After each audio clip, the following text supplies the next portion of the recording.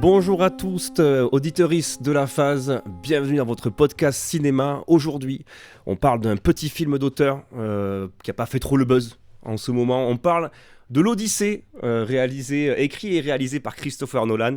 Et pour en parler, bien sûr, je suis avec mon fidèle compagnon Hugo. Comment vas-tu ? Eh ben ça va, et toi ? En pleine forme, comme je te l'ai dit, je suis en pleine forme, aucune maladie à l'horizon. Tu n'as pas de rhume d'été du tout. Non, pas du tout.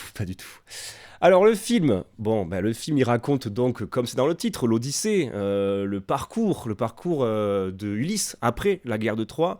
Ulysse est traumatisé un peu par les conditions de la victoire et par la ruse qu'il a lui-même mis en place, c'est-à-dire la ruse du cheval de Troie. Dans le film, on a notamment Matt Damon qui joue Ulysse, on a Tom Holland qui joue Télémaque, le fils d'Ulysse, Anne Hathaway qui joue Pénélope, Robert Pattinson qui joue un prétendant, Charlize Theron qui joue Calypso, Zendaya qui joue Athéna, enfin bref, un casting de qualité, disons. Et c'est un des films les plus coûteux de la carrière de Christopher Nolan.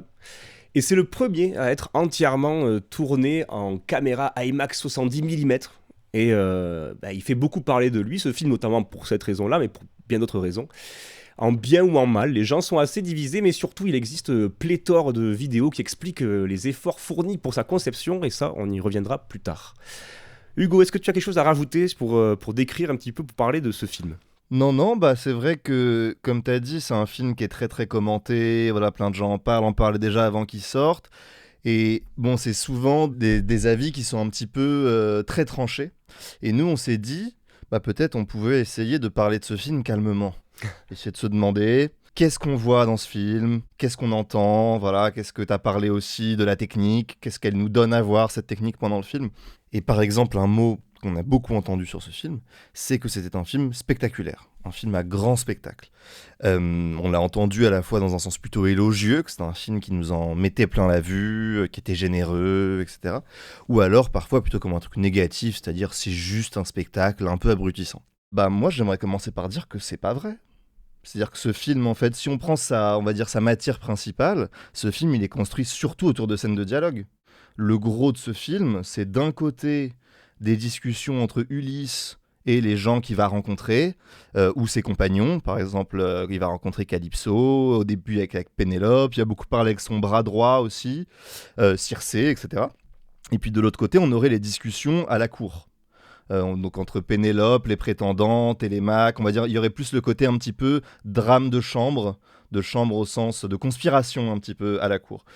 Et du coup, si on prend le mode de filmage basique de ce film, c'est des plans serrés sur des visages, en champ contre champ. Ce qui, pour moi, n'est pas exactement ce que j'appellerais un cinéma spectaculaire. C'est pas du tout un reproche que je fais au film, par ailleurs, tu vois. Mais typiquement, il y a un truc qui est assez frappant dans le film, c'est qu'il y a très peu de plans larges. Le plan large, ce serait un peu le plan par excellence du film spectaculaire, c'est-à-dire le plan dans lequel on va voir une ville entière, on va voir une série de chaînes de montagnes, une tempête, etc. On a très peu ces plans-là dans le film. On a beaucoup des plans serrés sur des visages. D'ailleurs, on remarquera qu'il y a aussi très peu de gros plans sur des objets, sur des parties du corps qui ne soient pas des visages. Mais ça, on y reviendra peut-être un peu plus tard. En tout cas, on peut dire déjà ce film est plutôt un film de dialogue, en champ contre champ. Or, moi je dirais plutôt que quand même le cinéma spectaculaire serait plutôt un cinéma qui nous vient du cinéma muet, du cinéma comme attraction foraine, où on va aller en prendre plein la vue devant un écran, et sur cet écran il va se passer des choses qu'on n'a jamais vues, quoi. Par exemple, on va voir un athlète faire des contorsions complètement folles, on va voir Buster Keaton faire des cascades incroyables, on va aller voir ce genre de choses-là. Il se trouve un peu par hasard que je suis allé voir le dernier Spider-Man, qui s'appelle Brand New Day, je crois. Et dans ce dernier Spider-Man, on voit bien que les scènes de dialogue, elles sont là pour faire avancer un peu l'histoire, parfois pour nous reposer un peu, mais que le gros du film, c'est-à-dire l'attraction du film, mais aussi ce qui prend le plus de temps dans le film, c'est les scènes d'action. On va voir Spider-Man voltiger dans New York, on va avoir des scènes de baston, des scènes de poursuite, etc. Je pourrais dire que ce Spider-Man est un film spectaculaire. Je ne dirais pas que l'Odyssée est un film spectaculaire de ce point de vue-là. Et du coup, ça pourrait d'ailleurs le singulariser en tant que blockbuster. Dire là, on a un blockbuster qui ne met apparemment pas le spectacle au centre de son dispositif. Et je pensais qu'on pouvait commencer par ça, pour décrire un peu le film. Ouais, tout à fait. Moi, j'y suis allé en pensant voir un énorme blockbuster et beaucoup, beaucoup d'action. Ça n'a pas été le cas. Je sais qu'il y a même des cinémas avec des effets un petit peu où il y a des gens qui sont venus le voir avec des effets, avec les sièges qui bougent, etc., de l'humidité qui part dans la gueule, bon, pour un petit peu mettre avant cette action. Au final, tu as raison, elle y est pas tant que ça. Et du coup, ça découle d'un parti pris. Ça découle du parti pris de Nolan d'orienter son film non pas sur les aventures d'Ulysse comme on aurait pu l'attendre, mais sur l'épopée psychologique d'Ulysse.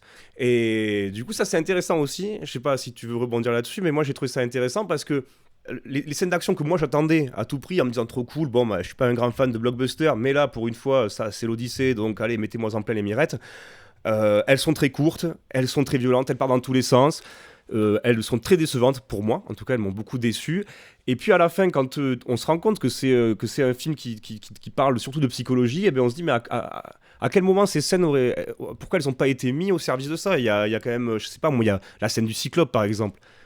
Qui pour moi m'a terriblement déçu aussi parce qu'en plus j'avais une espèce d'attente un peu de petit garçon avec les dialogues, les fameux dialogues avec le Cyclope et Ulysse, mais là il y aurait pu avoir des dialogues, il y aurait pu avoir une espèce d'introspection d'Ulysse quand il parle avec le Cyclope. Il aurait pu, en tout cas, ça aurait pu être utilisé à cette fin-là, et ça l'a pas été. T'as déjà pointé un paradoxe intéressant, c'est-à-dire que le film, il y a beaucoup de dialogue et de, entre guillemets, psychologie, mais quand il s'agit d'une scène comme celle avec le Cyclope, il a plutôt choisi d'enlever la dimension dialogue et psychologie qu'il y a dans le mythe original. Complètement. Mais t'as dit un autre truc, t'as dit, tu vois, on va voir ce genre de film pour en prendre plein les mirettes, plein la vue, plein la gueule, enfin tout ça. Bah, moi aussi, tu vois, il y a tout de suite un truc qui est très frappant dans le film sur l'idée d'en prendre plein la gueule. C'est le travail sur la couleur. C'est-à-dire que, autant on peut dire, l'arrivée de la parole dans l'histoire du cinéma, ça a fait chier les gens qui faisaient du cinéma d'action ou du cinéma de cascade, de cirque, de danse, enfin, on va dire du cinéma, du spectacle. Parce que bah, quand t'as la parole qui arrive, il va falloir commencer à faire parler tes personnages. Or, Buster Keaton, on n'a pas besoin de le voir parler. Ou des gens qui font du kung-fu, on n'a pas besoin de les voir parler, on est très content de les voir faire du kung-fu. L'arrivée de la parole a plutôt emmerdé un petit peu, je pense, ce cinéma spectaculaire-là. Mais on pourrait dire aussi un peu l'inverse. Un truc qui a libéré, qui a apporté un nouveau carburant au cinéma spectaculaire, c'est la couleur. La couleur, quand Hollywood prend la couleur, c'est pas eu dans l'idée de dire... on va être plus réaliste parce que dans nos vies on voit en couleur et pas en noir et blanc, c'est plutôt de dire la couleur c'est un nouveau moyen d'en mettre plein la gueule aux gens. Et tu vois le magicien d'Oz ou ce genre de truc, tu vois bien que l'enjeu de la couleur c'est de te faire rêver, c'est de t'en mettre plein la gueule. Et ben là du coup c'est quand même très frappant l'usage de la couleur dans ce film, vu qu'elle est extrêmement désaturée. Au contraire, c'est plutôt une couleur qui n'en met pas plein la gueule du tout. Et là où c'est d'autant plus surprenant, c'est que l'Odyssée, c'est un peu le récit de l'hétérogène, le récit de l'aventure, c'est-à-dire on va aller d'un endroit à l'autre. Et donc on pourrait imaginer un peu bêtement, c'est l'occasion d'un festival de couleurs, de nous faire sentir un peu l'altérité entre tous ces lieux. Et donc bah, c'est très frappant à quel point, comme on disait sur l'action au début, sur notre première intervention, là on voit qu'il y a un peu le même choix de ne pas nous en mettre plein la gueule du tout. Et moi j'aimerais vraiment insister là-dessus parce que c'est quand même ça pour moi le premier acte esthétique très frappant de ce film, c'est de ne pas nous en mettre plein la gueule. Il va essayer au contraire de réduire ce qu'on va prendre dans la gueule. On parlera peut-être du son plus tard, mais en tout cas sur l'image, c'est déjà très frappant, parce que, on perd en ampleur spectaculaire, quoi. On perd en ampleur de diversité des lieux et des paysages. Mais on pourrait dire aussi, tu vois, il n'y a pas que le fait qu'il va désaturer la couleur et du coup enlever du contraste entre les différents lieux, il va aussi beaucoup enlever de la lumière. Et tu vois, on peut, dans l'expression en prendre plein la vue, il y a l'idée qu'on va voir des trucs. Il y a beaucoup de scènes de film où on voit quand même pas grand-chose. Le massacre de Troie, la scène de massacre où on parle beaucoup, je pense peut-être que tu voulais en venir là aussi quand t'as parlé de psychologie, on va parler du fait que c'est montré comme un massacre un petit peu gratuit ou en tout cas cruel. Moi je dirais que avant tout, c'est très peu montré. Les gens qui sont massacrés, on les voit quasiment pas. Et on voit quasiment rien, en fait, dans cette scène. On pourrait dire, tu vois, il y a une scène très symptomatique que tu as évoquée aussi, c'est le Cyclope. Ou la scène du Cyclope, oui, d'accord, au début, elle se passe dans l'obscurité. C'est normal, nous sommes dans la caverne du Cyclope. Sauf que quand Ulysse et ses copains s'échappent de la caverne, Ulysse va tirer une flèche sur le Cyclope, qui va du coup sortir de sa caverne pour les suivre. Et là, on arrête de le voir. Tu vois, on ne voit plus le Cyclope une fois qu'il sort de la caverne. Et donc c'est quand même très frappant de dire ce film, spectacle, plein la gueule, etc. Moi je dis exactement l'inverse, ce film nous empêche de voir des choses, mais perpétuellement. Et toutes ces modalités de mise en scène, on parlera aussi du montage, sont des modalités qui essayent de nous faire pas voir les choses. Et je dirais une dernière chose par rapport au choix de cadre, de lumière, de couleur, c'est, on a dit qu'on avait quasiment que des gros plans sur les visages. On a aussi, dans ces gros plans-là, les arrière-plans sont flous un peu tout le temps. Ce qui fait qu'en fait, je viens voir Ithac reconstituée, et en fait, je la vois quasiment pas parce qu'elle est floue, les 3/4 du temps. Oui, on se rend pas compte que c'est une cité, hein. On dirait qu'il y a trois bicoques sur une montagne, quoi. Bah tu vois, pour le dire autrement, il y a un mot qui a été beaucoup utilisé pour parler de l'Odyssée, qui était de dire que c'est un film généreux. Moi, je dirais au contraire que c'est un film extrêmement radin sur ce qu'il me donne à voir, tu vois. Je trouve que tu me reconstitues une cité à Ithac et tu ne m'en fais quasiment rien voir parce que tu la désatures. Je mettrais d'ailleurs sur cette désaturation un tout petit truc en plus. La désaturation, elle pourrait se justifier sur un mode réaliste si ce film se passait en Belgique. Ce film se passe dans la Méditerranée. Donc cet effet de désaturation de la lumière, non seulement enlève la puissance chromatique et lumineuse du cinéma, mais elle enlève aussi complètement le vrai lieu. Quiconque a déjà passé du temps dans le bassin méditerranéen voit bien que la lumière de Ithac dans ce film n'est pas du tout une lumière méditerranéenne, que c'est une lumière anglaise, ou tu vois, du nord de l'Europe en tout cas. Mais c'est marrant parce que c'est quand même en général, toi tu parles d'un film radin, moi, je trouve que c'est un film triste pour moi, et c'est marrant parce que ce procédé-là de colorimétrie toute grisâtre en général, c'est ce qu'utilisent les Américains quand ils font des films en URSS. C'est vrai, t'as raison. Tu vois, donc c'est quand même terrible parce que bon, on est en effet en Méditerranée et puis on se retrouve à avoir ces codes-là de vouloir rendre ça très triste et très froid. J'y avais pas du tout pensé, mais c'est vrai que c'est comme ça que les États-Unis ont filmé l'URSS ou les pays de l'Est de l'Europe en général. J'ai l'impression quand même que depuis 10-15 ans, notamment sous l'impulsion de Nolan lui-même, le grisâtre dans le blockbuster est la marque que nous regardons en blockbuster sérieux. Ouais, complètement, c'est vrai. Et ça, c'est vraiment depuis le Dark Knight, je pense. Voilà, ça, il y a beaucoup de choses qui ont été écrites déjà dessus. Dune était filmé comme ça aussi. Voilà. Contrairement à Marvel, qui continue, et c'était le cas encore du Spider-Man que j'ai vu, à avoir une colorimétrie généreuse, quoi. On a le rouge de la tenue Spider-Man, elle est rouge, pour montrer comme dans le blockbuster de divertissement, on va dire. Et le blockbuster sérieux, Nolan, Villeneuve, tout ça, eux vont faire de la teinte de gris. Pour revenir, moi, sur ces scènes un peu, ces scènes d'action, en tout cas ces scènes qui font partie un petit peu de l'Odyssée, ces scènes cultes de l'Odyssée, qui pour moi auraient pu être utilisées du coup au service du parti pris de Nolan en termes de psychologie. Il y a par exemple la scène des sirènes. Bon, on a quand même là une pure idée psychologique. Ça veut dire on a les sirènes qui vont attirer par leur chant les humains, et puis tout le monde se bouge les oreilles, sauf Ulysse qui veut entendre, il va entendre la beauté et la souffrance, enfin bon. Et puis en fait, c'est quand même un petit peu tristoun, parce que les sirènes, on les voit pas, elles sont là-bas dans le fond, un peu floues, comme tu dis. Et voilà, il se passe pas grand-chose de plus que le visage de Ulysse qui crie, mais sinon... rien de plus. Bah pour tout te dire, moi, il y a des fois, quand tu regardes un film, il y a des scènes où tu as l'impression que c'est un peu les scènes clés, ces scènes qui te font un peu comprendre c'était quoi en fait le projet du film. Et moi, c'est vraiment le moment du déclic était pendant la scène des sirènes. Pour deux raisons. Bah, la première, c'est, tu l'as dit, quand même, on les voit pas, ces sirènes. Mais surtout, là où cette scène m'a marqué, c'est sur le côté on voit pas, mais c'est surtout sur l'absence de choix radical. Et je crois qu'en fait, dans cette scène-là, si je suis un peu bourrin, un peu bébête, on a le choix entre deux options, qui seraient soit on fait entendre le chant des sirènes. C'est un défi colossal de composition et de design sonore, tout ça, parce qu'il faut faire la plus belle musique du monde, globalement. Ce qui serait pour moi le choix d'un cinéma qu'on appellerait généreux. On dit, bah allez, on relève le défi, on va faire la plus belle musique du monde et on va la faire entendre aux spectateurs. Ou alors il y avait une autre solution qui serait d'un cinéma que je pourrais appeler plus suggestif, qui serait on va se mettre à la place des marins et on va rien entendre. On va laisser le spectateur imaginer ce chant-là, ce qui aurait pu être une solution très belle aussi. T'as 5 minutes de silence absolu. Tu vois, tu sais qu'elles sont là et 5 minutes de silence. Et Nolan a réussi à ne pas choisir. Parce qu'en fait, si tu vois attentivement la scène, si tu l'écoutes, il joue la surdité. Tous les sons sont étouffés, on n'entend quasiment rien, et on entend quand même, dans la réverb, un chant. mais un chant du coup qu'on entend très peu. Il y avait le choix du courage de dire vas-y, on va faire la plus belle musique du monde, ou l'autre choix qui aurait pu être un beau choix aussi de dire on va pas mettre de son et on va faire un choix très courageux aussi qui sera silence pendant un de nos climax du film. Et lui, tu vois, un peu centriste. Un peu, on va ménager un peu la chèvre et le chou, on va avoir de la musique mais on va pas trop l'entendre, elle sera dans la réverb, tout ça.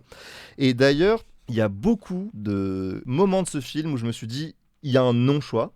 Et notamment, dès le début, vu que je sais pas si tu as vu, mais tu sais, au tout début du film, tu as un petit écriteau qui nous dit nous sommes dans une époque d'apparence magique. Et moi, je me suis dit, enfin, si j'avais pas vu la bande-annonce, je me serais dit, ah ben peut-être que Nolan fait un choix courageux de se dire, en fait, je vais faire l'Odyssée sans magie. Bah, c'est un peu le choix qu'il a fait, disons qu'en tout cas il l'a fait sans mythologie, quoi. Sans dieu, sans déesse. Alors c'est vrai, mais il y a quand même des sirènes et des cyclopes, et les sirènes, elles ont un chant qui est magique. Oui. Il a dit d'apparence magique, du coup il a enlevé de la magie, mais il en a laissé quand même. Et alors pour moi, si tu me dis d'apparence magique, mais qu'il y a quand même de la magie, c'est pas d'apparence magique. Pour moi, le monde de l'Odyssée n'est pas un monde d'apparence magique. C'est un monde où les sirènes font vraiment des chants qui envoûtent les gens et qui les font plonger dans l'eau.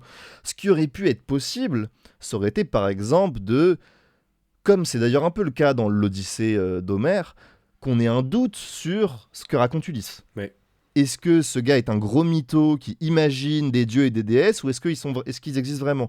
Ou alors, imaginez que par exemple, le Cyclope serait un mec qui fait 2 mètres, à qui on a crevé un œil, mais qui est un humain, par exemple. Nolan, en fait, fait pas ce choix-là non plus. Il fait une sorte de choix intermédiaire où il va enlever de la magie, mais il va en garder quand même. Je dirais un dernier exemple qui est le plus absurde pour moi de ces non-choix-là, c'est le choix de la langue. Il décide de faire son film en anglais. Ouais, oui. Très bien. Absolument. On est tellement habitué Oui. que d'accord. Assume ton choix, tout le monde parle anglais, même le Cyclope parle anglais, enfin voilà, tout le monde parle anglais. Mais il y a une scène où Ulysse et ses copains tombent sur un pêcheur qui parle pas anglais. Et du coup, attends, il traverse le monde, tout le monde parle anglais, les Cyclopes parlent anglais, Circé parle anglais. Pourquoi à un moment, il y a un personnage qui parle pas anglais alors que tout le monde le parle? En fait, si tu veux, il y a encore ce truc de pas assumer ton choix. Ça aurait pu être fait entièrement en grec, hein. Ça aurait pu être fait entièrement en grec, ça aurait été quand même un parti pris assez sympa pour une fois de la part des Américains. Malheureusement, je ne mets pas assez d'espoir dans ce genre de film pour en espérer ça. Déjà, si vous arriviez à être cohérent et à faire que tout le monde parle anglais et vous ne mettez pas un petit pêcheur qui parle pas anglais à un moment, déjà, je trouve qu'au moins c'est cohérent, tu vois. C'est un peu comme, tu sais, quand ils avaient des méchants, vu que tu parlais de l'Union soviétique, quand ils avaient des méchants russes, ils les faisaient parler anglais entre Russes, mais il les faisait parler anglais avec un accent russe. Ouais. Là, pour moi, on est dans ce genre de truc où non, s'ils parlent anglais, sinon tu les fais parler russe. Tu vois. Mais bref. Non, mais tout ça, c'est des symptômes de Nolan, je pense, dans ce film, refuse toujours de trancher. Oui, c'est vrai, tu as raison qu'il y a toujours cette espèce d'intermédiaire permanent pour tous les sujets du film. Ce qui aurait été une bonne blague, c'est qu'ils mettent la chanson de la chanteuse d'opéra dans le 5e élément pour les sirènes. Tu vois, typiquement, le 5e élément, on peut lui reprocher beaucoup de choses. On peut pas lui reprocher de pas oser. Oui, c'est vrai. Et dans mon souvenir, cette scène est une assez belle scène et la musique est assez belle dans mon souvenir. Mais je préfère largement un film qui va oser des trucs quitte à se foirer qu'un film comme là qui va refuser toute forme de radicalité, quoi. Toute forme de choix assumé. Typiquement, je fais le film sans magie, alors je le fais vraiment sans magie. Je décide de faire la scène des sirènes sans musique, mais alors je le fais vraiment sans musique. Je mets pas des vagues voix dans une réverb, tu vois. Pour un peu illustrer du coup les différents propos qu'on va avoir par des scènes, il y a par exemple, il y a de nombreuses scènes d'action un petit peu où ça part dans tous les sens. Par exemple, je sais pas moi, le massacre des prétendants par Ulysse, Ouais. on sait plus où se fixer. D'ailleurs, moi j'ai trouvé ça un poil kitsch, mais bon, je sais pas si c'est juste moi. Il y a même aussi les espèces de soldats là, immenses avec leurs grandes armures, les géants. Dans ces scènes d'action, il y a toujours plein de trucs qui se passent d'un coup et ça va très très vite. Et ça nous casse complètement l'immersion qu'on pourrait avoir dans ces scènes. Ouais, bah t'as dit le mot, bon, c'est pas une surprise parce qu'on en a parlé un petit peu avant, mais t'as dit le mot immersion, voilà. Qui est un mot avec lequel moi j'ai pas de problème, tu vois. Je sais qu'il y a des gens, des cinéphiles qui sont en mode ouais, l'immersion, c'est le parc d'attractions, c'est le cinéma qui perd sa puissance. Non, moi je me demande pourquoi pas des films immersifs. Mais ce film n'est pas du tout un film immersif. vu que, comme tu l'as très bien dit, dès qu'il nous met dans une scène, il nous la coupe tout de suite. Tu parles de la scène des géants, c'est 3 minutes, quoi. Ouais. C'est pas juste la courte durée le problème, même si elle est un frein à l'immersion quand même. Si je veux sentir le côté claustrophobique d'être enfermé dans le cheval de Troie, il va falloir que je m'y sente un peu enfermé un moment et donc qu'il y ait un petit peu de durée. Mais en plus de cette courte durée, il faut du montage alterné. C'est-à-dire qu'en fait, il te met déjà des scènes très très courtes, mais en plus qui sont toujours en résonance avec d'autres scènes. Typiquement, souvent, on a Ulysse et ses aventures en parallèle avec Télémaque ou Pénélope à la cour. Enfin, j'appelle la cour à Ithaque, quoi. Ce qui fait que du coup, pour moi, le montage alterné, qui peut être un procédé très beau et très stylé dans plein de plans, tu vois, est un procédé, par contre, complètement anti-immersif. Vu que si toi, tu es immergé dans un endroit, par définition, tu n'es pas à 2 endroits à la fois. Donc le montage alterné, c'est bien un procédé radicalement anti-immersif, vu qu'il nous extrait à chaque fois de la scène dans laquelle on était déjà. Et je pense que là encore, c'est l'absence de radicalité de Nolan qui le plombe. T'imagines ce serait une séquence de 5 minutes enfermée dans le cheval de Troie. Ah ouais. À quel point ça pourrait être puissant. Ouais. En plus, la voix off le dit, tu vois. On se chiait dessus, on tremblait de froid parce que on avait les pieds dans l'eau, enfin on meurt de faim. Et il suffirait de pas forcément tant de temps pour nous sentir immergés là-dedans. Le problème, c'est que vu que toutes ces scènes, elles sont très très courtes et qu'elles sont mises en parallèle avec d'autres scènes, nous ne sommes jamais immergés dans ces scènes-là. Pour continuer encore sur ce sentiment, moi, qui m'a tenu tout le long du film, j'utilise le même terme, le mot kitsch un peu, mais en tout cas, le fait de ne pas être pris par ce qu'on me montre, c'est tous ces petits détails qui font que les scènes ont l'air totalement irréalistes. Alors ça peut du coup aller par la première scène chez le Cyclope où ils sont dans cette grotte et puis le Cyclope les capte pas et puis il s'approche de lui, il s'approche pas de lui, puis au final il les voit pas. Les banquets interminables à Ithaque qui sont un peu aussi, on comprend pas trop ce qui se passe. Enfin il y a plein de petits éléments, de petits détails comme ça qui désincarnent les situations et qui nous empêchent vraiment d'y croire.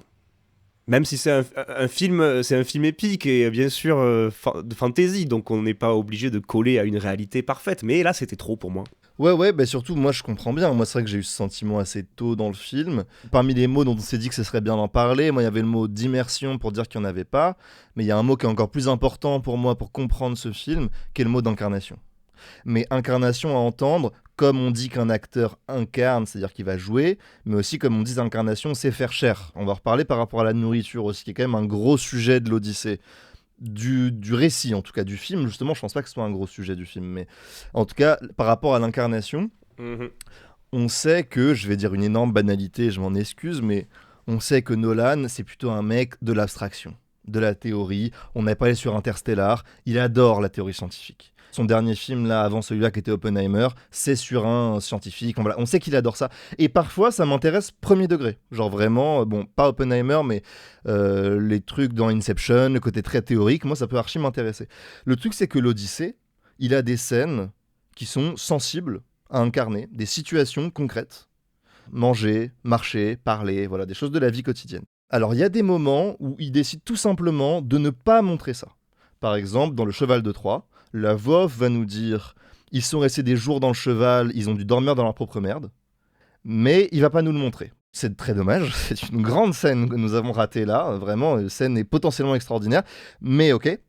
D'ailleurs, j'ai vu une interview, j'en parlerai d'autres choses dans cette interview, mais j'ai vu une interview du cast de l'Odyssée.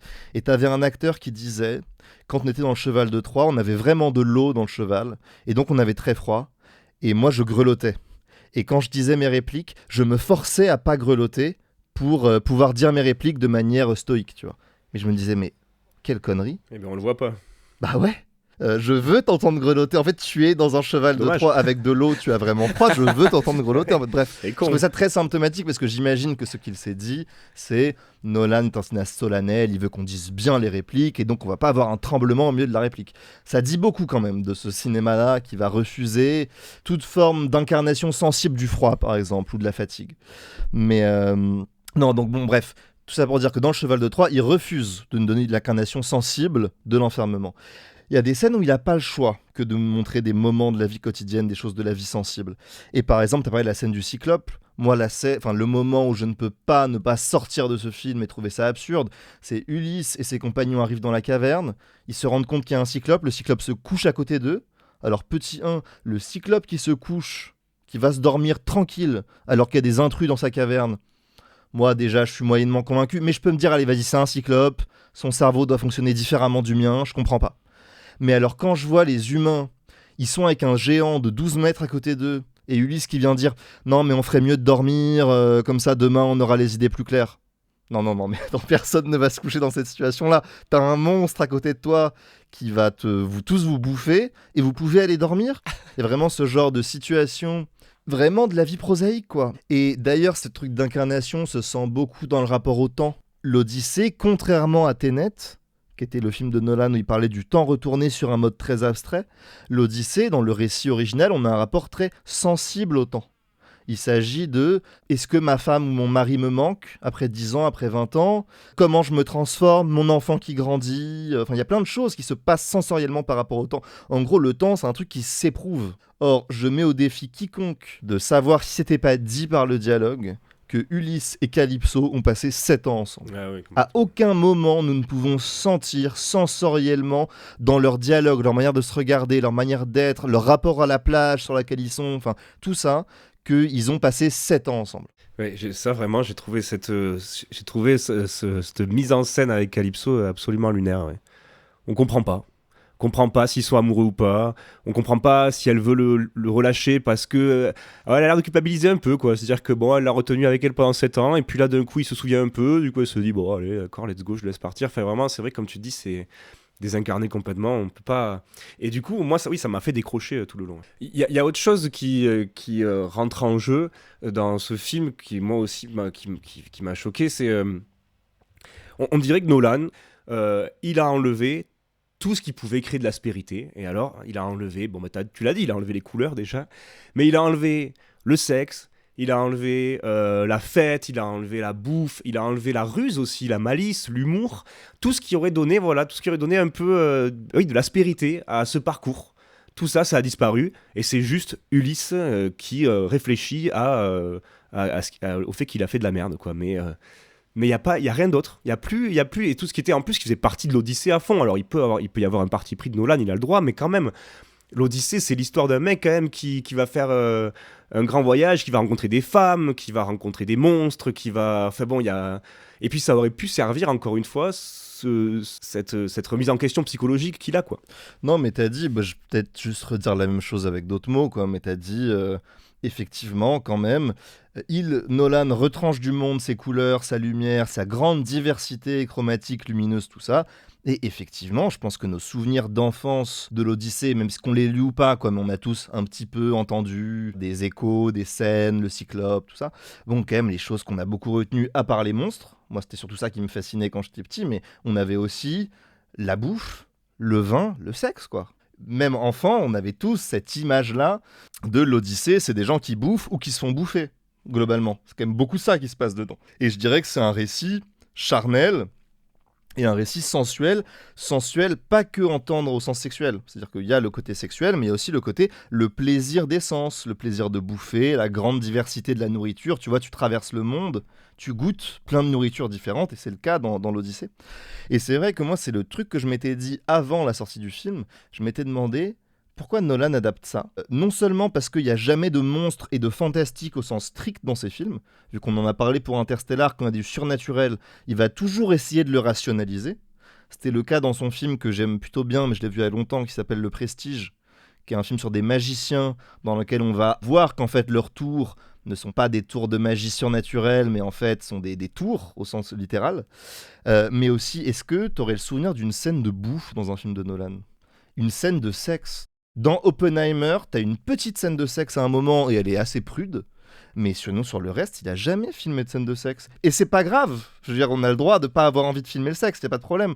Mais du coup, c'est quand même très bizarre d'aller adapter une œuvre dont quand même le gros, c'est des monstres, du sexe et de la bouffe. 3 choses qui ne t'ont jamais intéressé. D'ailleurs, tu vois, je pourrais aller un cran plus loin. Quand Nolan adapte du super-héros, il adapte Batman, le héros qui n'a pas de pouvoir. Enfin, tu vois, il a jamais été intéressé par les pouvoirs et le surnaturel. Qui est encore une fois pas du tout un problème. C'est juste très bizarre après d'aller dans l'œuvre occidentale qui allait le plus loin dans la direction du surnaturel, de la bouffe et du sexe.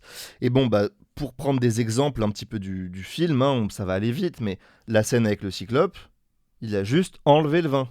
La scène de base, c'est Ulysse bourre la gueule au Cyclope. Absolument. Pareil, la scène avec Calypso, il a enlevé le sexe, et on ne les voit jamais coucher ensemble. La seule chose qui pourrait nous aiguiller sur le fait qu'ils couchent ensemble, c'est qu'on a peut-être déjà entendu parler de l'Odyssée. Et la deuxième chose, c'est que on a un homme très beau, une femme très belle, ensemble sur une plage, on se dit, dans notre petit univers hétéronormé, ils baisent, quoi, tu vois. Mais globalement... Normalement, il est censé avoir un enfant avec Circé aussi. Donc il y a aussi du sexe avec Circé, quoi, dans l'Odyssée. J'allais y venir. Dans Circé, il enlève aussi complètement. Autant dans Calypso, on peut dire, il nous laisse l'imaginer, on sait pas trop. Autant, Circé, on voit très bien qu'il n'y a pas de sexe entre eux. Mais d'ailleurs, je reviens juste une seconde sur Calypso. En fait, leur relation, elle ressemble beaucoup à une relation entre un psy et son patient. Beaucoup plus qu'à une relation amoureuse. Tu vois, moi, je ne vois rien d'amoureux dans cette relation. Je vois une relation, on en reparlera parce que tu voulais parler de la psychologie et effectivement, je pense que le rôle des femmes, notamment dans ce film, a quand même beaucoup à voir avec des psychologues, des accoucheuses, qui vont exorciser Ulysse de sa culpabilité. Bref, le film, je dirais, si je devais le caractériser, il a une esthétique de la désensualisation. Il va désensualiser à peu près tout ce qu'il va montrer. Il va, par exemple, ne mettre que des décors très beaux, mais il va enlever un peu leur grain, il va un peu enlever leur lumière, il va enlever leurs pattes, leur style, etc. Les acteurs aussi, tu vois, c'est quand même... On parlera plus tard du jeu des acteurs, mais là, juste sur la gueule des acteurs. Il prend quand même que des acteurs, des actrices qui sont un peu des gravures de mode, voire des sex symboles. Charlize Theron, Tom Holland, même Matt Damon, c'est un peu des sex symboles. Sauf qu'en fait, ce qu'ils décident, c'est qu'ils gardent que leur belle gueule un peu. Il aurait pu décider de les grimer, de les salir, de leur jaunir les dents, de leur noircir les dents. Il fait pas ça du tout. Il va les garder très très beaux, très maquillés, sublimes, mais il va complètement les désexualiser. Moi, à aucun moment, par exemple, je ne trouve Matt Damon érotique dans ce film. Et ni Charlize Theron, ni Anna Hathaway, qui sont que des gens quand même qui sont d'une beauté qui peut être époustouflante et qui sont considérés comme des gens qui ont un sex appeal, quoi, très fort. Dans ce film-là, ils sont complètement désérotisés. D'ailleurs, leur corps n'est très peu filmé. C'est beaucoup le visage quand même qui l'intéresse, beaucoup les yeux et le visage. Leur corps est très peu mis en avant. Je dis pas que j'aurais voulu qu'ils soient à poil ou machin, c'est pas la question de ce que j'aurais voulu. Ce que je veux dire, c'est que ça situe une esthétique de ne mettre que des gens beaux, mais de ne jamais nous faire jouir de leur beauté. C'est quand même un choix, je trouve, très singulier. Et je dirais pareil avec la nourriture. T'as parlé des scènes de banquet. À aucun moment, j'ai eu faim en voyant ce film. Ouais, tu vois, moi, ça me fait penser à un truc. J'ai l'impression que... il a transformé un film de mythologie grecque en film de rédemption christique. Et que du coup, il y a tous les codes du film religieux, c'est-à-dire il n'y a pas de sexe, il n'y a pas de grosse bouffe, etc., etc. J'ai l'impression que c'est un peu comme s'il avait réussi à faire un combat entre différentes croyances et à faire gagner le christianisme derrière. En fait, pour être honnête, j'avais pas du tout pensé au christianisme. Et maintenant que tu le dis, c'est lumineux, quoi. Évidemment que Matt Damon est une sorte de quelqu'un qui va expier ses péchés. Moi, je dirais que j'étais plutôt sur le côté guerre d'Irak, vétéran de la guerre d'Irak, mais qui est aussi dans un imaginaire chrétien, de toute façon. Toujours. Mais non, et pour juste mettre une dernière petite note sur la bouffe, le sexe, tout ça, pour ceux et celles qui parlent anglais, il y a un article super qui est sorti sur internet qui s'appelle Uncomplicated Man, donc un homme pas compliqué. Évidemment, Ulysse est censé être un homme compliqué, là c'est l'inverse. Et ça a été fait par la traductrice de l'Odyssée, dont, si j'ai bien compris, c'est sa traduction qui a été utilisée par Nolan pour le film. C'est peut-être la meilleure critique de cinéma que j'ai lue sur l'Odyssée, alors que cette femme n'est pas du tout critique de cinéma, mais je la trouve très brillante. Et au milieu de toutes ces notations érudites sur l'Odyssée, à un moment, elle a une phrase pour conclure un paragraphe, elle dit « There is no sex scene and the food looks disgusting ». Donc il n'y a pas de scène de sexe et la bouffe a l'air dégueulasse. Ce qui déjà est assez drôle quand elle t'a parlé de philologie sur Homère, tout ça, et qu'elle finit par cette phrase-là.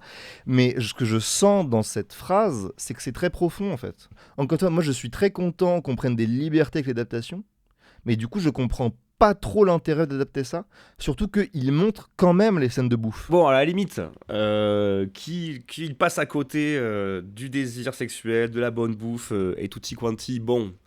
C'est dommage, mais ok. Moi, ce qui m'a détruit intérieurement, c'est qu'il nie aussi en fait la complexité des personnages.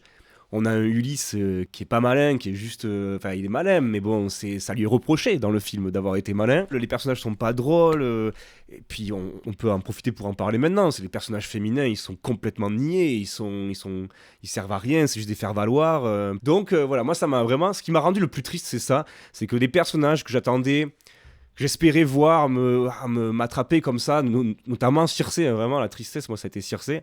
Eh ben en fait, ils sont complètement niais. Et alors, à la limite, il y a un peu Agamemnon, mais sans qu'il parle. Hein, Agamemnon, juste parce qu'il a une énorme armure et qu'il est grand et tout. À la limite, je trouve que ça lui a donné un petit peu un côté. Bon, ben, il est méchant, quoi. C'est le méchant. Il a décidé de faire la guerre, de massacrer tout le monde. Et c'est juste le chef. Et tout le monde se plie pour ses décisions.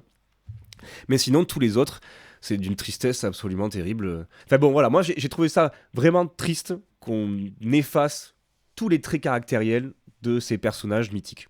J'aimerais rentrer là-dedans par un truc un tout petit peu parallèle. L'Odyssée, à la base, ça pose quand même un défi passionnant pour un film d'action. C'est qu'il met en scène un personnage dont le trait principal n'est pas la force, mais c'est l'intelligence. Ulysse, je crois qu'on l'appelle l'homme aux 1000 tours dans l'Odyssée, enfin, l'homme qui a toujours... le plus malin de tous. Voilà, le plus malin de tous. Ce qui est une double difficulté, en fait, dans un film. Surtout dans un blockbuster américain.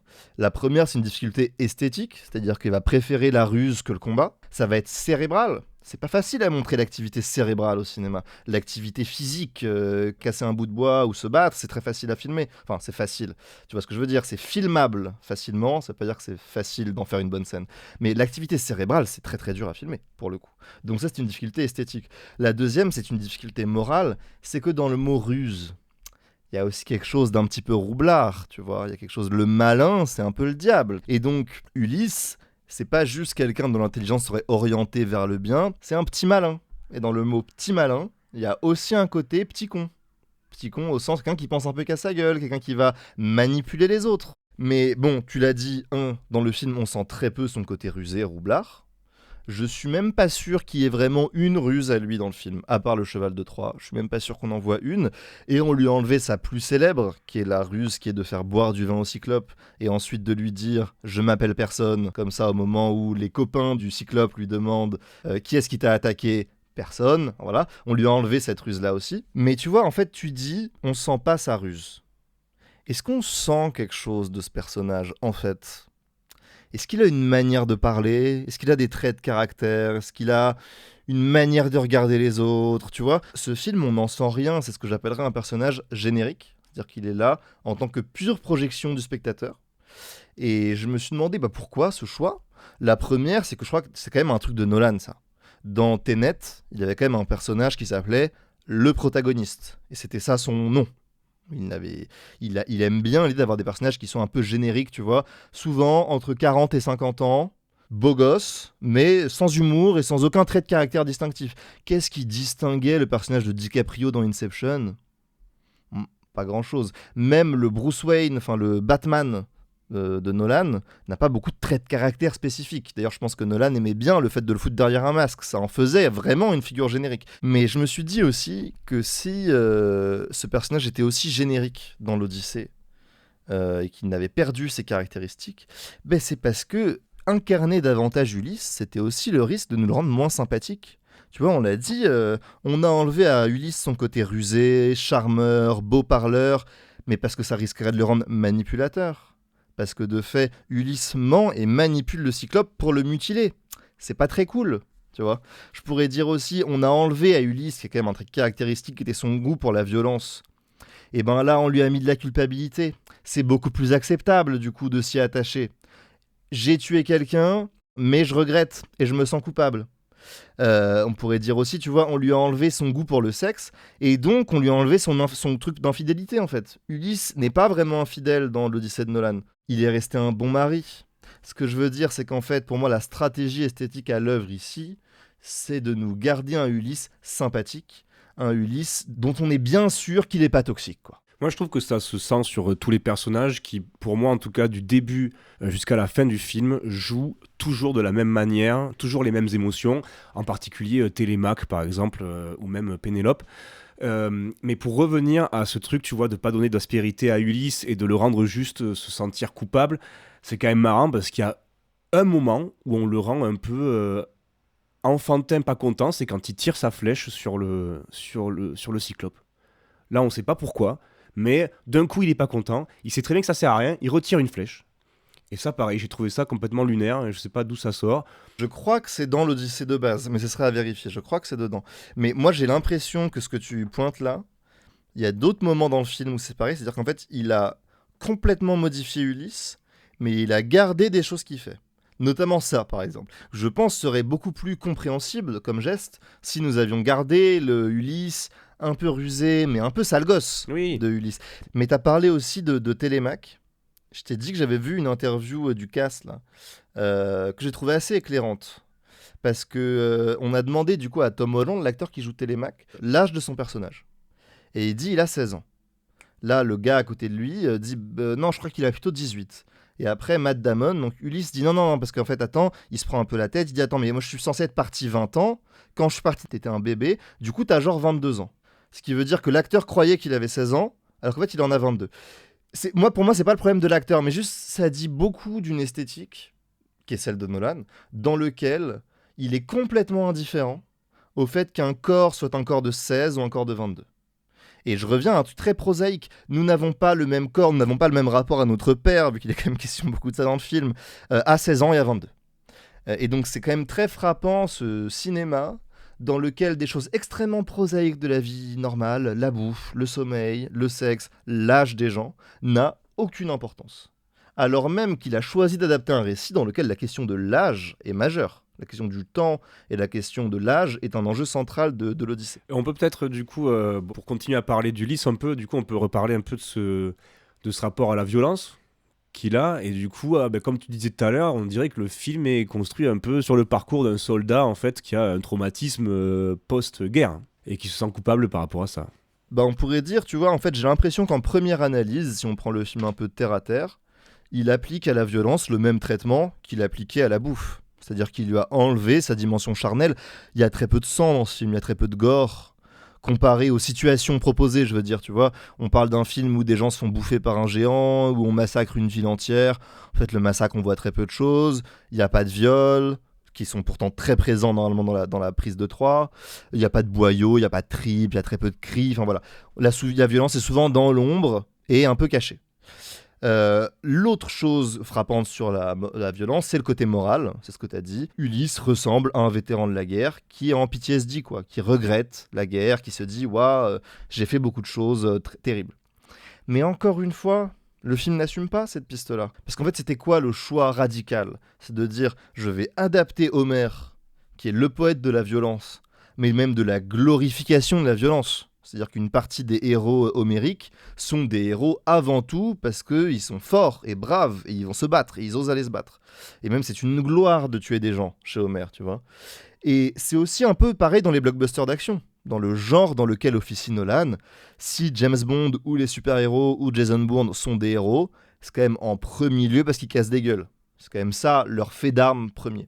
Et donc il y aurait ce choix radical de dire je suis dans ce genre-là, je reprends l'Odyssée, et je vais, on va dire, avoir un regard triste et désabusé sur la violence, ça aurait pu être un choix très radical. Mais le choix n'est pas assumé, pourquoi ? Premièrement, oui, Ulysse regrette la guerre de Troie qui est montrée comme une sorte de massacre, mais en fait les victimes on les voit jamais. Elles sont tout aussi déshumanisées que dans un Rambo, premièrement. Deuxièmement, le troisième acte du film, la dernière partie du film, inverse totalement ce rapport à la violence. Nous avons une grande jouissance de voir les prétendants se faire massacrer. Ce massacre est monté comme quelque chose d'absolument libérateur et de justifié, et c'est d'ailleurs renforcé par un choix qui est que le prétendant numéro 1, joué par Pattinson, est le méchant absolu. Le lâche. Il parle mal au clochard, il est sournois, il est lâche, il veut pécho Pénélope, mais en même temps il a une aventure avec sa servante, il est ridicule pendant la bataille finale, et donc encore une fois, Nolan qui nous dit au début je vais critiquer la violence, je vais montrer que c'est quelque chose d'atroce, je vais prendre le contre-pied total de l'Odyssée, quoi. Je vais vraiment être radical, je vais prendre l'Odyssée version pacifiste. En fait, ton troisième acte annule complètement ce choix-là, et tu ne peux pas à la fois déplorer Ulysse qui casse la gueule à des Troyens, et trouver génial qui casse la gueule aux gens qui sont juste des prétendants de sa femme. Pour revenir, pour encore parler un petit peu des acteurs, Moi, juste bon, pour faire une espèce de petit big up, mais j'ai bien aimé le bras droit d'Ulysse, qui change de personnalité au fur et à mesure. Au début, il est fidèle à fond, après d'un coup, il commence un peu à se méfier d'Ulysse, il en a marre, puis il se rebelle. Je trouve qu'il y a eu un petit travail sur ce personnage-là. Et alors, c'est marrant parce que du coup, oui, on a un casting 4 étoiles pour ce film, mais au final, en fait, c'est peut-être pas possible pour eux de briller vraiment avec ce genre de direction artistique, là. Ouais. Bah, c'est vrai que ça nous donne l'occasion de parler vite fait des acteurs aussi, parce que c'est quelque chose dont on n'a pas tant parlé dans tous nos podcasts, je pense. Or, dans la critique mainstream, en général, on parle quasiment que des acteurs. Souvent, tu vas lire ce film est sauvé par la prestation de Anna Thaoué ou la prestation de Raphaël Quenard. Raphaël Quenard est éblouissant dans ce film. Voilà, il y aurait plein d'exemples, tu vois. Souvent, on ne dit pas beaucoup plus que ça. Mais je pense aussi, en tout cas moi ce serait mon avis personnel, évidemment qu'il y a des acteurs que je trouve plus ou moins bons, des actrices que je trouve plus ou moins bonnes, voilà, c'est évident. Je pense qu'on leur met quand même beaucoup sur le dos, le bon et le mauvais, quoi. Notamment sur ce film, c'est assez frappant. Je n'ai rien à reprocher aux acteurs, puisque je pense que ce film est injouable. Alors surtout qu'en plus les acteurs, tu vois, les actrices aussi, on leur met sur le dos des choses qu'ils ne contrôlent pas, par exemple. Bon déjà, est-ce que c'est un bon choix ? Moi je pense que Matt Damon, qui est un acteur que j'aime beaucoup par ailleurs, que j'ai pu trouver très très bon dans plein de films, tu cherches quelqu'un qui dégage la ruse, la malice et la fourberie, c'est pas Matt Damon que tu prends. Donc déjà, pour moi, si Matt Damon, je trouve assez catastrophique dans le film, je dirais déjà qu'il est victime d'un mauvais choix de casting. Mais il y est pour rien. C'est pas... Qu'est-ce qu'il y peut s'il il dégage pas la ruse ? Il dégage d'autres choses que je trouve très belles par ailleurs, tu vois, mais... autre chose, bon, c'est pas les acteurs et les actrices qui choisissent la prise. Tu vois, la pauvre Marion Cotillard dans The Dark Knight, là, qui meurt, c'est pas sa faute s'ils ont choisi une prise où elle meurt et ça a l'air ridicule, tu vois. Je dirais aussi, et surtout, et c'est un peu là où je voulais en venir, c'est pas les acteurs qui choisissent le dialogue qu'on leur met dans la bouche. Et on a dit, peut-être qu'on y revient un peu tard là maintenant, mais on a commencé le podcast en parlant que c'est un film de dialogue. Il faudrait quand même un peu dire de quoi sont faits ces dialogues. Que moi je dirais, soit on a le dialogue qui est un moyen de faire avancer l'intrigue, genre allons sur telle île, faisons ci, faisons ça, mais le reste c'est quand même beaucoup du discours philosophique, je dirais empesé, c'est-à-dire solennel, grave, avec des phrases du genre, je ne les invente pas, c'est vraiment des phrases du film, l'âge de bronze est en déclin, notre civilisation va s'éteindre. Ce genre de dialogue très de la vie quotidienne, vraiment des choses qu'on se dit comme ça quand on discute, on se dit souvent ce genre de phrases. Voilà, l'âge de bronze va s'éteindre. Tu vois. D'ailleurs, je sais plus si c'est Emily Wilson ou quelqu'un d'autre que j'ai entendu qui disait un truc que j'ai trouvé très frappant. Tu vois, les personnages disent souvent l'âge de bronze va s'éteindre. Le bronze n'est jamais filmé dans ce film. C'est que de la théorie en fait. On note aussi c'est du dialogue sans humour. Il n'y a jamais d'humour dans ce film, il n'y a jamais de blague quasiment, à part Antinos, Pattinson un petit peu. Et je dirais aussi, c'est jamais du dialogue de la vie quotidienne. C'est jamais du prosaïsme, c'est jamais des notations de la vie normale. Les marins d'Ulysse, on pourrait imaginer que parfois ils se font des blagues de cul, que parfois ils parlent de... ils ont mangé un truc, ça leur a donné mal au bide. Enfin, voilà, on pourrait imaginer les dialogues de la vie quotidienne quand tu vis ensemble sur un bateau. On n'a pas non plus un dialogue poétique. Comme je pense que les dialogues d'Homère avaient des dialogues plus poétiques. Là, on n'a pas non plus du dialogue qu'on pourrait dire est fleuri. On a vraiment du dialogue un petit peu le bien, le mal, la sauvagerie, la barbarie, la civilisation, tout ça. Et j'ai lu beaucoup de gens qui disaient que quand on critiquait l'Odyssée, c'est qu'on était des intellos qui savaient pas apprécier le cinéma populaire et le grand spectacle. Voilà, qu'en gros on n'apprécierait pas le divertissement. Mais en fait, moi je pense que c'est l'inverse. Qui parle de civilisation, de barbarie, de machin, c'est pas moi, c'est le film. Moi j'ai l'impression que je demande de la bouffe, du sexe et du sang, enfin tu vois d'une certaine manière si j'extrapole un peu ce qu'on dit depuis le début. Et je critique pas l'Odyssée parce que ce serait juste un divertissement un peu bête. Je le critique parce que c'est un mauvais divertissement. Pour appuyer justement ça, c'était un film qui était propice à faire du divertissement à fond, et on a quand même une esthétique, bon, on le disait tout à l'heure, une esthétique triste, mais aussi une esthétique très publicitaire, un peu très épurée, pas très méditerranéenne, quoi. Effectivement, je pense que c'est intéressant quand on est face à l'esthétique d'un film de se demander en fait à quoi elle nous fait penser. Est-ce qu'elle nous évoque d'autres esthétiques ? Effectivement, dans la pub, en fait, je dirais qu'on est dans deux registres de publicité dans l'Odyssée. On a le côté pub parfum, qui serait je mets des visages magnifiques qui marchent sur des plages en disant des trucs profonds et en regardant vers le lointain. Ces visages-là, tous impeccablement maquillés, sans une aspérité. Voilà, les femmes n'ont pas un poil, il n'y a pas une cerne. On est dans vraiment l'esthétique Dior, je dirais. Avec, tu vois, on va invisibiliser la dimension matérielle de l'existence. La saleté, la bouffe, le sexe, tout ce qui pourrait rappeler que nous sommes des corps qui ont des odeurs et qui vieillissent, tout ça. Donc ça, ce serait vraiment le côté pub Dior, qui est toute une partie du film, est quand même beaucoup là-dedans, je trouve. Et l'autre partie, on l'avait déjà évoqué un peu pour Interstellar, c'est le côté pub Apple. Là, ce serait le minimalisme. Par exemple, les intérieurs à Ithac sont très luxueux, mais c'est très épuré. C'est jamais de mauvais goût, c'est jamais kitsch, c'est jamais débordant, c'est jamais très coloré, c'est jamais too much, c'est toujours impeccablement en angle droit, un peu gris, tu vois, c'est très bon goût. Y a un choix où c'est très marqué, c'est les géants. Les géants, quand même, leur DA, leur direction artistique, c'est la direction artistique la plus minimaliste possible. Ils vont être en armure blanche, immaculée. Pour moi, vraiment, quand je les ai vus, j'ai pensé à des ordinateurs Apple. C'est vraiment ça que ça m'a évoqué, c'est ce design complètement lisse, parce que des gueules de géants, ça pourrait faire kitsch, ça pourrait faire mauvais goût, ça pourrait vieillir comme effet spécial. Je pense que c'est aussi ça sa terreur de ne pas montrer le cyclope en pleine lumière, c'est qu'il a très très peur que ça fasse kitsch, que ça fasse mauvais goût, que ça fasse mal fait, et donc soit tu mets dans l'obscurité, soit tu mets des casques. Alors que normalement, ces géants-là, c'est des. Enfin, dans l'Odyssée, c'est des géants qui bouffent des humains, quoi. Ouais. Et qui sont un peu sauvages, féroces. Bon. Il a encore trouvé un moyen d'enlever la bouffe de cette histoire. Donc là, il me semble qu'il ne bouffe pas les humains, qu'il les casse juste les bateaux. Non, juste il les dégomme, ouais. Ben voilà, je pense que pour peut-être conclure un peu, on peut parler de. Enfin, ce qui est assez fou, c'est que ce film, tout le monde en a entendu parler. Vraiment, même moi, là, je l'ai vu apparaître sur les réseaux, j'ai entendu des gens en parler, et tout de suite, ça m'a attiré. Je me suis dit, c'est un peu, je crois que c'est un peu un incontournable. Tout le monde va aller le voir parce qu'il fait vraiment un buzz fou furieux sur les réseaux. On parle de plein de choses. Et on parle surtout en fait de comment il a été fait. On parle de ce cyclope qui a été réalisé, je sais plus, qui est pas créé par des effets spéciaux, quoi, qui a vraiment été créé. On parle de la musique où il est allé chercher des vrais instruments de la Méditerranée, machin. Il a été tourné sur place également. Donc tout ça en fait, ce qui l'a rendu si attractif, c'est en fait c'est ce qui a été fait en backstage. C'est comment il a été fait.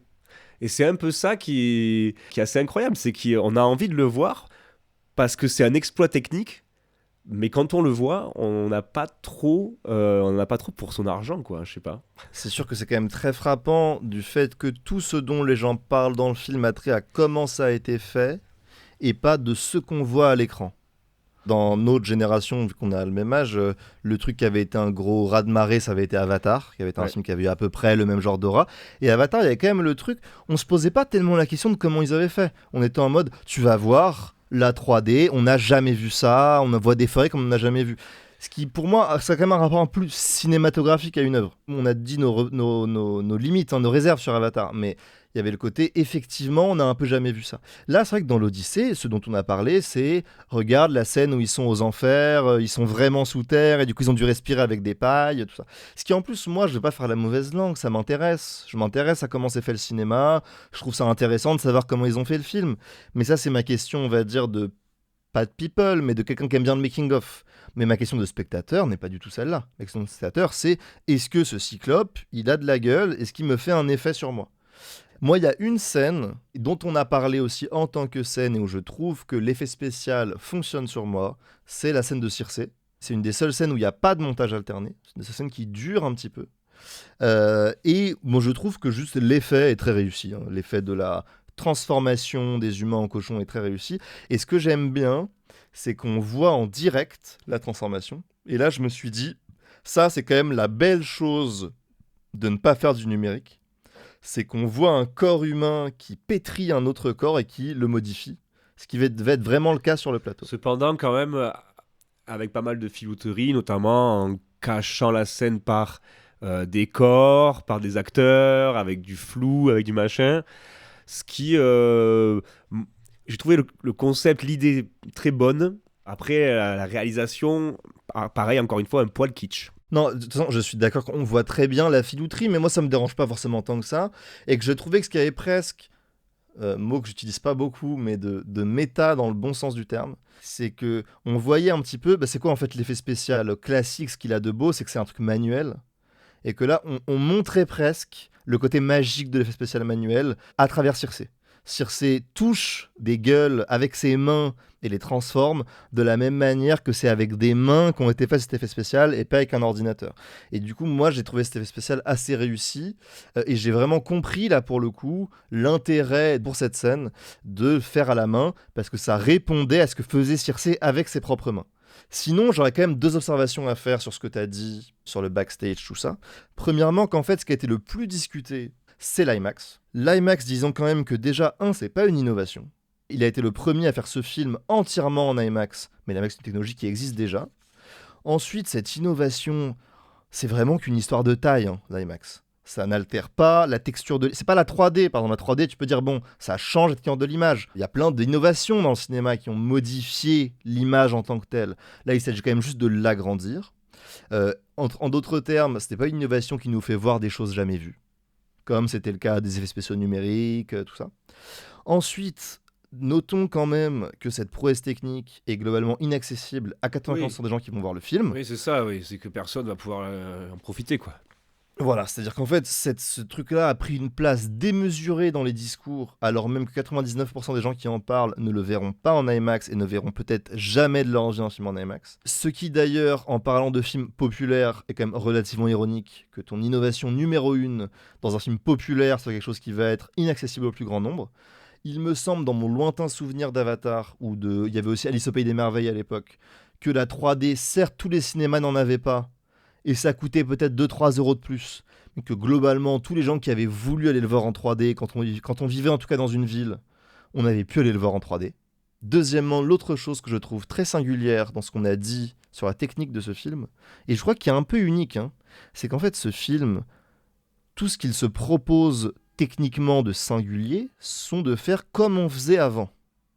C'est un blockbuster qui, à part l'IMAX, ne propose aucune innovation technique et dont le produit d'appel marketing est de dire on va faire comme avant. Ce qui, moi, j'avoue, m'enchante peu parce qu'on peut dire qu'au moins les blockbusters, une des belles choses qu'ils ont pu contribuer à faire dans l'histoire du cinéma, c'est l'innovation technologique.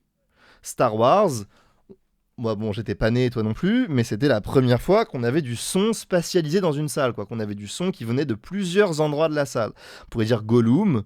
Première fois qu'on avait un personnage où on avait filmé un acteur et mis de l'effet spécial numérique par-dessus. Avatar, la 3D, tout ça. En gros, le blockbuster, il y avait l'idée qu'on voyait des films qui étaient souvent assez calibrés, assez normés au niveau de la narration, de la morale, tout ça, mais qui étaient une sorte d'avant-garde technologique. On voit des choses qu'on ne peut pas voir ailleurs parce qu'il y a une sorte d'avant-garde scientifique, technique, ingénieriale qui gère ça. Si en plus, dans le blockbuster, on garde tous les défauts, on va dire, du blockbuster, mais qu'en plus maintenant on a enlevé l'idée que ça allait avancer techniquement et nous faire voir des choses jamais vues, il n'y a plus rien d'avant-gardiste dans le blockbuster à la Nolan, vu qu'il fait du comme avant. Eh bien on se retrouve et je pense que la prochaine fois qu'on fera une phase, la phase ça sera sur un film moins récent peut-être. C'est possible, Peut-être ne promettons rien, mais... Ah, attends, mais justement par rapport à ça, vu qu'on a déjà évoqué The Big Lebowski, donc c'est pas un spoil de dire que ça pourrait être ça. Non, parce que je voulais quand même... Moi, une des choses auxquelles j'ai pensé pendant ce film, je ne sais pas si tu as vu ce film, que je me suis demandé, est-ce que j'ai vu des bonnes adaptations de l'Odyssée ? Parce que une des choses que beaucoup de gens reprochent à l'Odyssée de Nolan, c'est de ne pas être fidèle au bouquin, d'avoir enlevé tel truc, enfin au poème. Moi, je suis en mode, je m'en fous complètement. Ouais, moi, je trouve que c'est pas du tout un problème, voilà, ça, si c'est bien fait derrière. Exactement. Et que je trouve aussi qu'il y a eu une adaptation de l'Odyssée qui n'a rien à voir avec l'Odyssée, mais que je trouve beaucoup plus juste sur notamment le personnage de Ulysse, sur la malice et la roublardise, qui est le film O Brother, des frères Cohen, qui est une adaptation très libre de l'Odyssée, vu qu'elle assume complètement de se passer à une autre époque, dans un autre lieu, etc. Mais où je trouve que non seulement ce film est très beau et très drôle, mais qu'en plus, là, la ruse d'Ulysse est magnifiquement mise en scène dans ce film. Oui. Mais grave, mais c'est là où c'est la preuve qu'une adaptation peut faire des miracles. Il suffit juste d'avoir un peu des idées, beaucoup d'imagination. Tout à fait, très bien, très belle, très beau lien. Très beau lien, big up aux frères Cohen. Eh ben, ce seront peut-être eux dont on parlera dans notre prochain épisode, on verra. Oui, c'est très possible. En attendant, merci beaucoup, merci à toi Hugo, bien sûr, merci aux auditeuristes de la phase de nous avoir écoutés. On vous embrasse fort, mettez-vous à l'ombre et à la prochaine. À la prochaine. Salut. Ciao.